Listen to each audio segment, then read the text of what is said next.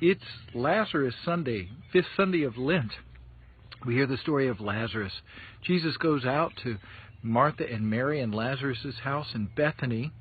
We were just there. This is a great little lesson because he not only had a great relationship with the 12 and the 3 who were closest to him out of the 12, he also had friendships outside of his community, as it were, who were disciples, but they weren't apostles, and he loved to spend time with Lazarus and Mary and Martha.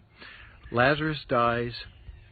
Jesus goes out and heals him. Martha, who's often been very upset about working too much, Jesus says Mary has chosen the better part, and it will not be deprived of her.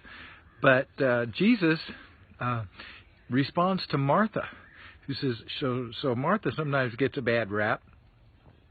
Today, Martha says, if you'd been here, my brother wouldn't have died. Jesus says, do you believe I'm the resurrection of the life? Martha says, yes. So today is kind of Martha's redemption. And the other thing is Jesus raises Lazarus, and this really sets off a firestorm with the religious leaders of his day.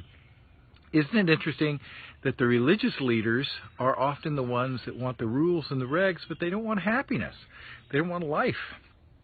So, Jesus raises Lazarus. They said, you shouldn't have done that. It's the Sabbath, yada, yada, yada, yada. And they got very upset because Jesus raised Lazarus from the dead.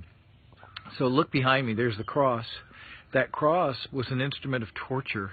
We Christians turn it into a sign of redemption. And it was scandalous, just scandalous, that the cross would become a sign of redemption. And isn't it interesting that for people who are very religious, but they are not really very spiritual, the cross is a sign of torture, struggling, asceticism, and the resurrection is offensive. So Jesus comes to offend us by bringing us something, offending our lower understanding by bringing us a higher understanding. I pray you understand this message today. I love you guys. All things are possible with God.